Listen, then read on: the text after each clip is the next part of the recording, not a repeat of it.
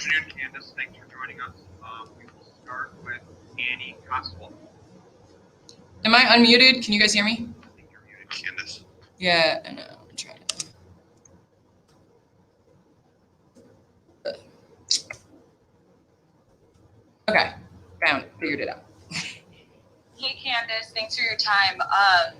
After the overtime win against Seattle, you said post-game that y'all got lucky. And I wonder what work needs to be done or even in the last day has been done to go from being lucky to just securing wins outright.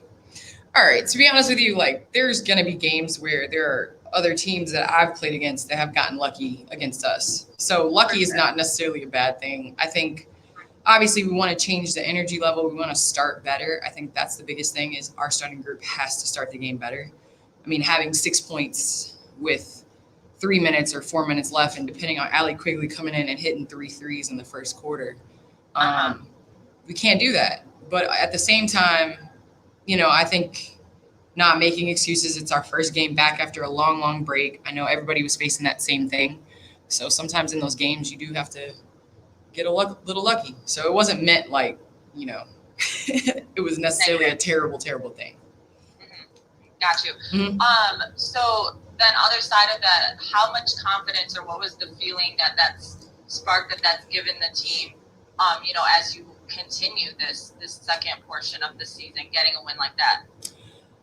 I think a win in this league is hard. It doesn't matter if they're missing their two go-to players or not. To get a win in this league is difficult. So for us, I think we need to continue to defend home court. I don't know if we've necessarily played well at home this season. So I think we're just focused on getting in that routine, defensively locking up, and playing our game. I think when we're able to flow and play good and feel good, it doesn't really matter if the shots go in as long as they feel good. So I think that's kind of our goal. For me, it's just getting my rhythm back. I'm old, so trying to get back into rhythm and trying to feel good. So I think that's what we're going into this game tonight thinking.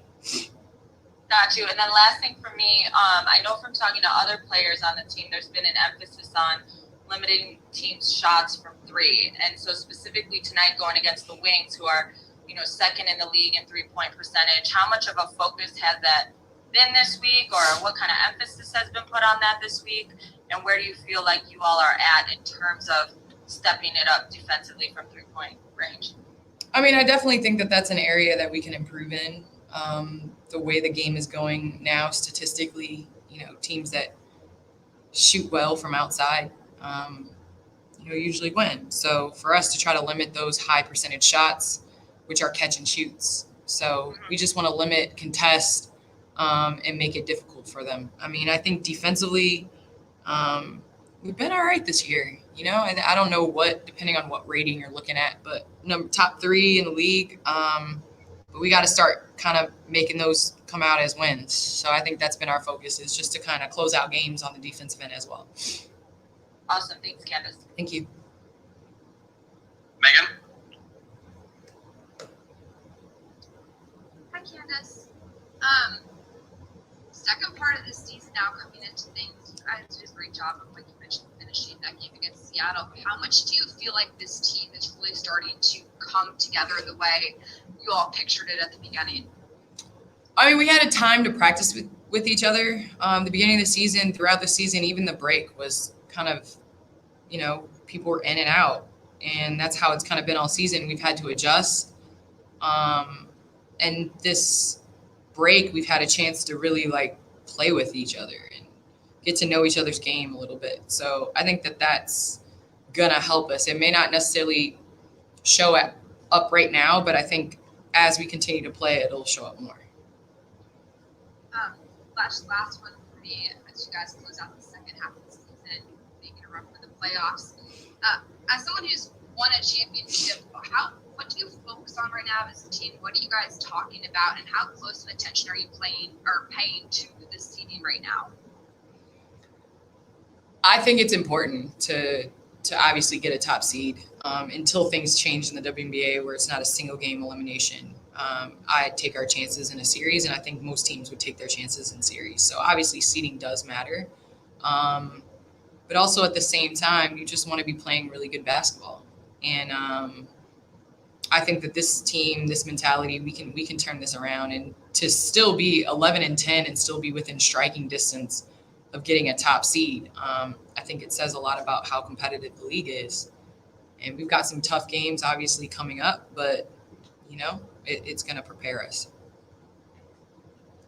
Thanks, Candace. Mm-hmm. Annie, did you have another question? Is your hand still raised? Yeah, sorry, just one or two more quick ones that aren't specific to the game on Sunday. But Candace, your podcast launched, and I wonder if you could just speak to what it's meant to you to have it received so well, and just your pride in this podcast and it being launched. I appreciate you asking that. This was definitely a passion project. Wonder Media Network was amazing in helping this all come together.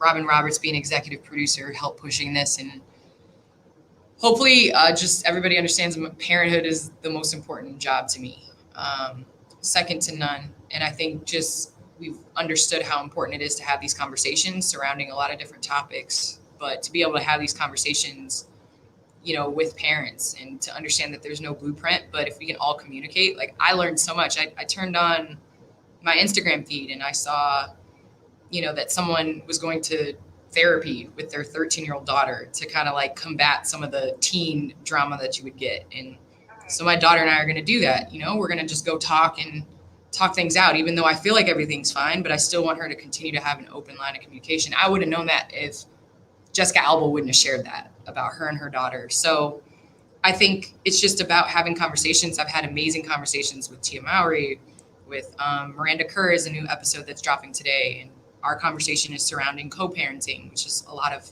things that parents are facing now. And I've just learned so much from all the guests that have been on the show. And I hope our listeners do as well. Yeah, and just a quick follow-up to that. There are a ton of mothers, professional athlete mothers in Chicago alone, yourself. There's a few single mothers that play for the Red Stars, or not single mothers, but mothers. And I think something that fans could potentially get lost on fans is just how relatable your guys' experience as parents is to, the average mom who works full time and just what it takes to be a mother. So I wonder, how deep the conversations are going to get as far as the village it takes and the reality of being a parent, and not just, I don't know, the highs, I guess you could say. Yeah, I will tell anybody that wants to call me a single mom, I am far from it. I have a village that has helped me raise my daughter. I'm so thankful. A memory that comes to mind is when I absolutely could not be at her Student of the Year award for her school in 4th grade. I tried flights, I tried chart, like I could not make it back for it. And my entire group of friends and family showed up with me on FaceTime there cheering for her. I think it takes a village, and it's important for all of us to lean on each other. But I think the biggest thing for me is understanding that we are relatable, but being a working mom, especially not as a professional athlete, is hard. I brought my daughter to Shootaround this morning. My mom came and got her, like no big deal.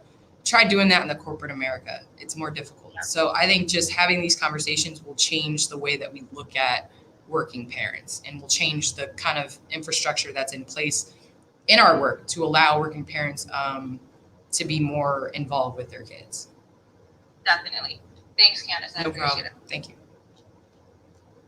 There are no other further questions for Candace. Candace, appreciate your time.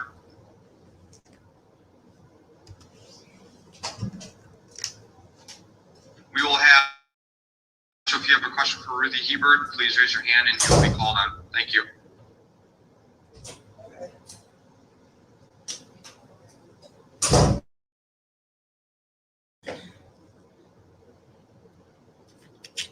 Good afternoon, Ruthie. Hi. First question will be from Annie. Hey, Ruthie, how are you? Good. How are you?